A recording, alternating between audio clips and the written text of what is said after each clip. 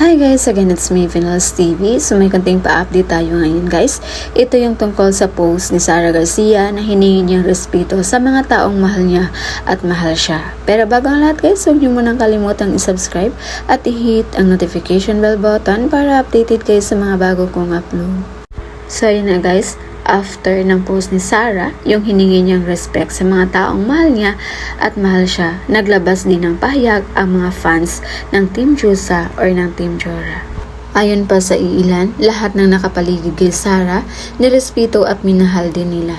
Minsan may mga nagawa silang issue pero hindi nawawala yung respeto at pagmamahal nila. At ito din ang komento ng isang netizen.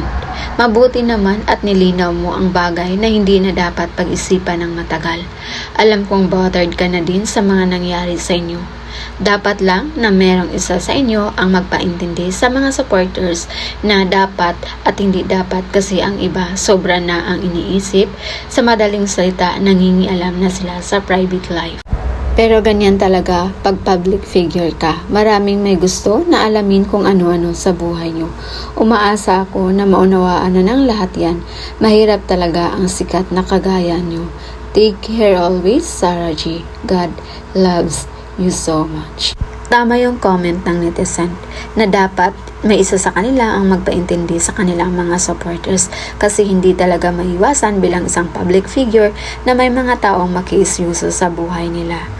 Although wala tayong karapatan at hindi nila obligadong sabihin sa atin lahat ng bawat galaw nila. Pero gaya nga ng sabi natin, public figure sila, may mga kamera talagang nakasunod sa bawat galaw nila. Pero ganun pa man, masaya pa rin ang mga supporters ng Team Jusa dahil pareho silang may update.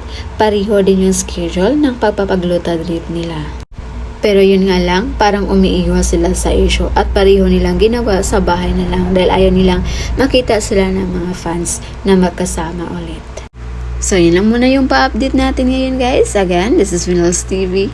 Thank you for watching.